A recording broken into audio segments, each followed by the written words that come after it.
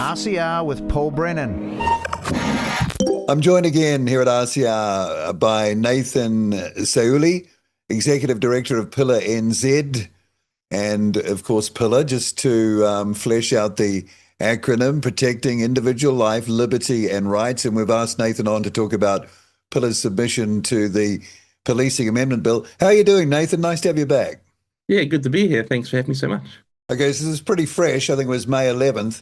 I have a clip here from the Select Committee room, and I think this is Arian from Pillar sort of kicking things off. So we'll have a little listen to this and then right back at you. These new powers should not, in an ideal world, increase the likelihood of overreach from police. But as we believe it, or as we see it, that's not the case with this bill. And so as it stands, we don't support it in its current form. There are two first principles which guide our concern, but also kind of guide our recommendations in the end. One is, as I've mentioned, trust in police. And then secondly, the right to privacy. So that was Arian Tashikori of Pillar opening, Nathan, your submission. So in the big picture, why were you there? Why were you in that Select Committee room? Yeah, so I think anybody who listens to this show, and hopefully most Kiwis would understand that over the last year, two, maybe even 4 to 5 years, we could argue, trust in police has been falling at a dramatic rate, and for good reason. The IPCA alone last year, the Independent Police Conduct Authority last year, recorded 150 cases of police misconduct, and there's already been dozens this year. So when we saw the Policing Amendment Bill come up, and effectively the heart or the essence of the bill was marketed as giving the police greater clarity, really what it gave them was more power and the ability to retrospectively justify some of their overreach. We saw it as a huge issue, especially in relation to privacy, things like assembly and association, and just public trust in one of the most important institutions in general. So that's why we were there, to make sure that we voiced a concern for our civil liberties and also voiced our support for police strength and clarity, but not at the cost of Kiwi freedom. I think you made 5 important, as you described them, recommendations. You want to take us through them? Yeah, for sure. So we wanted to make sure that the bill itself was more clear in the language that it used. We didn't think that they were definitive enough, I suppose. Okay, well, clarity. Can you give us an example of Yeah, a sure. lack of clarity, let's say? So they justify the recording, the collection, and the storage of certain video, audio, and imagery as part of a surveillance collection or information collection. They justify that through will it be, or could it be, or may it be relevant to a police investigation in the future? And then what is it? What is the Well, wait on, intelligence? that could be anything. Exactly. So words like activity are unclearly defined, and words like intelligence aren't clearly defined within the writing of the bill. So may it be helpful? Well, anything may be helpful. Could it be helpful? Well, anything could be helpful. What does it mean, activity? Is it just while you're on the clock? Is it on a specific mission that you've been assigned? And what is intelligence? Is it any and every piece of data? Is it 24/7 surveillance? Is it any just random scrap that you might come across? And they're storing these in a database that, first of all, there's very low system and systematic and structural integrity to, but there's also low security around who can access the system. Okay, so if I'm a cop off duty, let's say, and I've got my cell phone, because I will have, and I see something, or they might claim my spidey senses told me, and film something where nothing has occurred, there's been no obvious breach of anything that may lead you to suspect that something's dodgy is going on. I'm just trying to sort of map this out in my own mind. You take the footage, and then what can you do with it as, okay, let's say an off-duty cop for a start. Yeah. No. So the reason I suppose that I should add into the context here is we are here because of a series of court cases that have been picked up against the police because of the collection, storage, and use of imagery, audio, and video against people who weren't committing crimes at the time of being surveilled or photographed or videoed or recorded.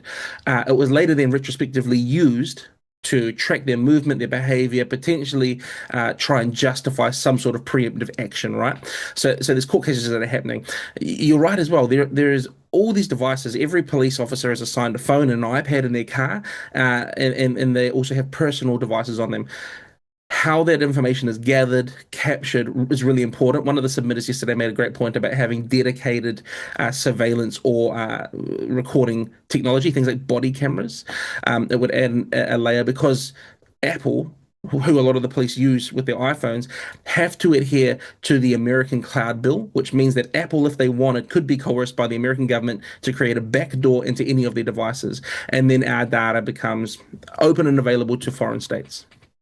I think there's a particular case you mentioned in your submission. I'm just spooling through it here, and as always, it's hard to lock onto it when you're going back to it. But can you just mention that case? There's a few that have been outlined, especially around image capture of children or youths. Yeah, So I think it involved a capture of an individual. Yeah. yeah. So what happened?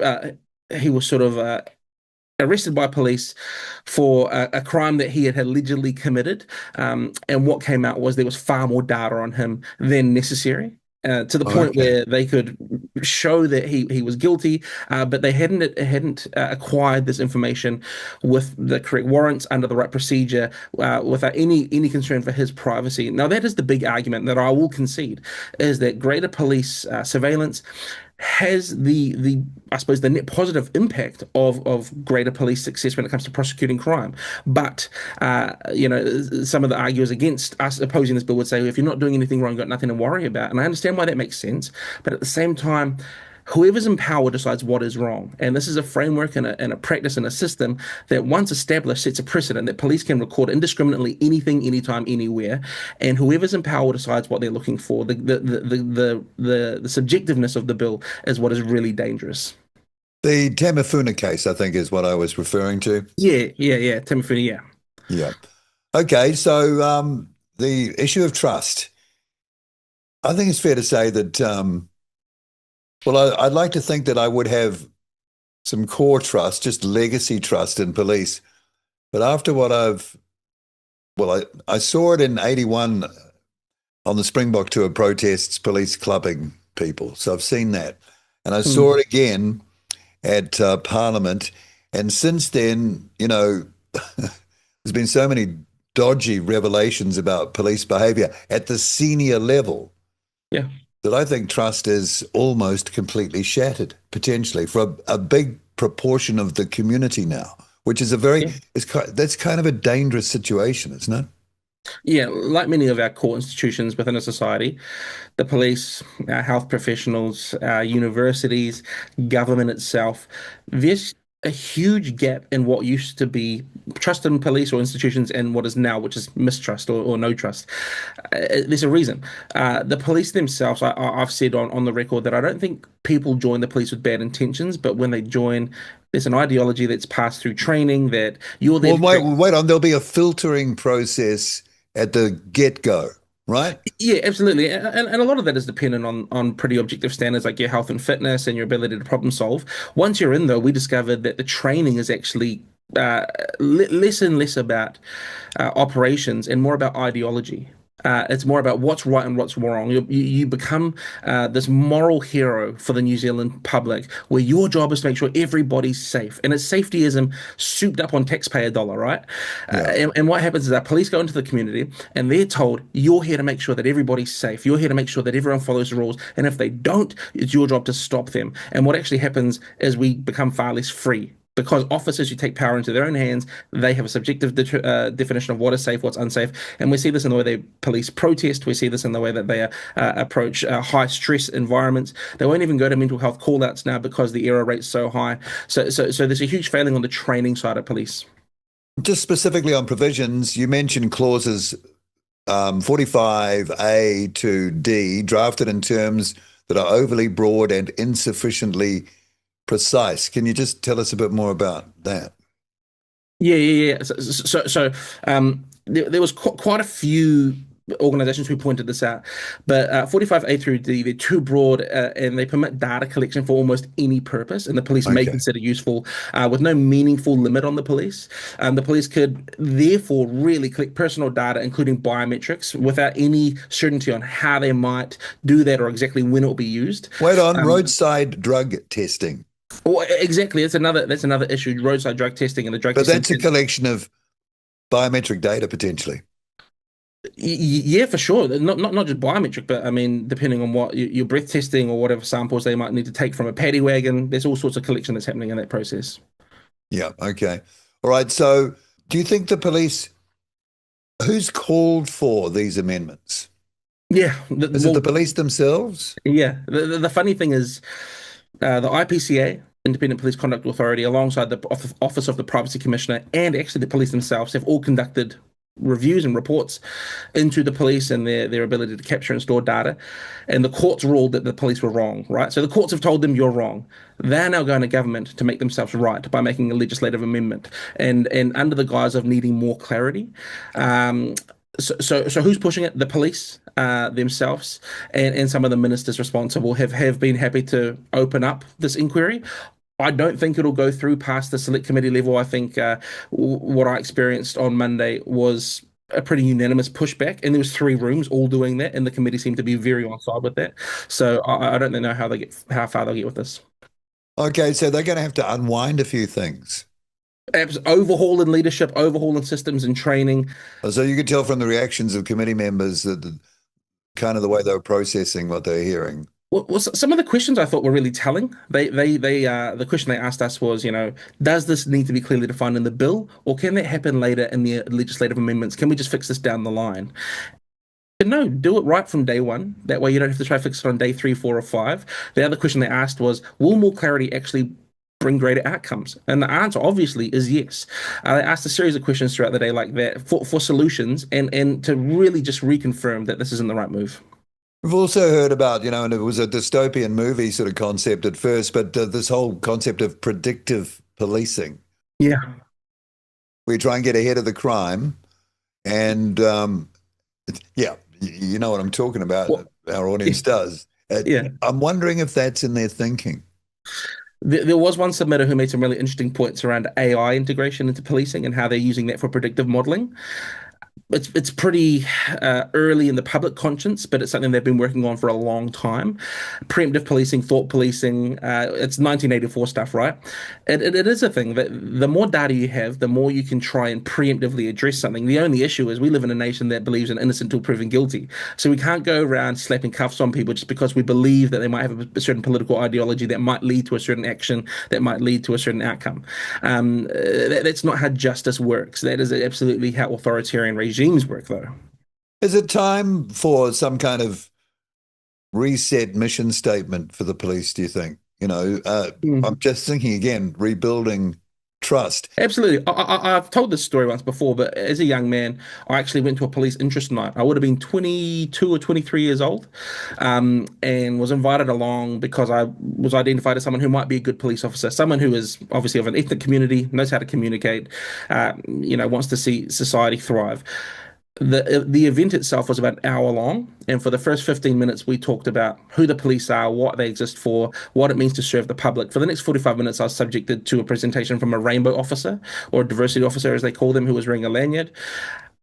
Ultimately led me to decide I would never be a police officer in New Zealand. I just couldn't get on board with what they were pushing in that section of the night, which was the majority of the night. So why do you think they have become enamored with sexuality? Look, a number of reasons. I wonder myself why we're being held hostage by quite a small minority in New Zealand to do all this stuff. And it's happening in sporting teams. I don't know if you see Super Rugby's going through it at the moment. And the NRL but from a policing point of view, I don't see LGBTQ being persecuted in the street on a daily basis, that requiring some sort of disproportionate policing effort.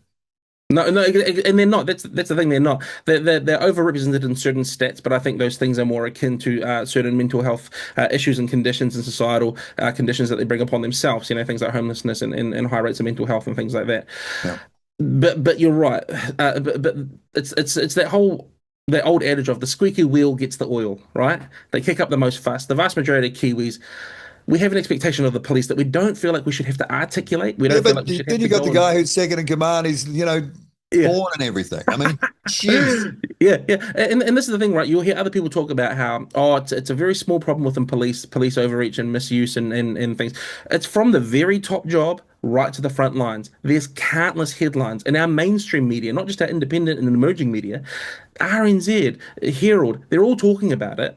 And for some reason, the response to all of this criticism and all of these reports was to ask for more power. Yeah.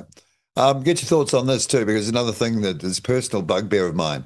I don't want the police looking like the criminals. I don't want to see heavily tattooed police. I'm sorry, I don't. I mean, that's your choice to do that, but put it in parts of the body where I can't see it when you're on the job.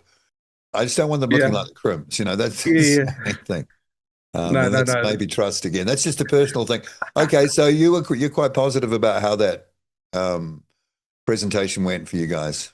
Yeah, we like to go a bit early and hear some of the other submitters, and I was really impressed that even, and you'll find this funny, People Against Prisons was there submitting before us. I know probably an organisation that you and I have very little time for. I was surprised at how reasonable their submission was. They did end every statement with, "and we should abolish prisons," which I disagree with. But the other points they made were pretty reasonable. And like I say, I think the committee members knew this is part of the process, though. This is part of the democratic process. Someone puts an idea forward, we have to test it. We have to put it through that process. If we stop doing that, if we cease doing that, we'll be sorer for it. So no, I was really happy with the outcome on the day. I think we'll get a good result here. And if police continue to push ahead with this, it's going to be at their own expense. There will be very, very little public sympathy or I would say buy-in to listening to police if they continue to go down this pathway, which they are very far down, might I add, and we absolutely need reform. Hey, Nathan, thanks for dropping into RCR once again. Nice job. Good to hear about it from direct from the coalface, as they say. And let's see what happens there. We'll follow that. Thanks, Paul.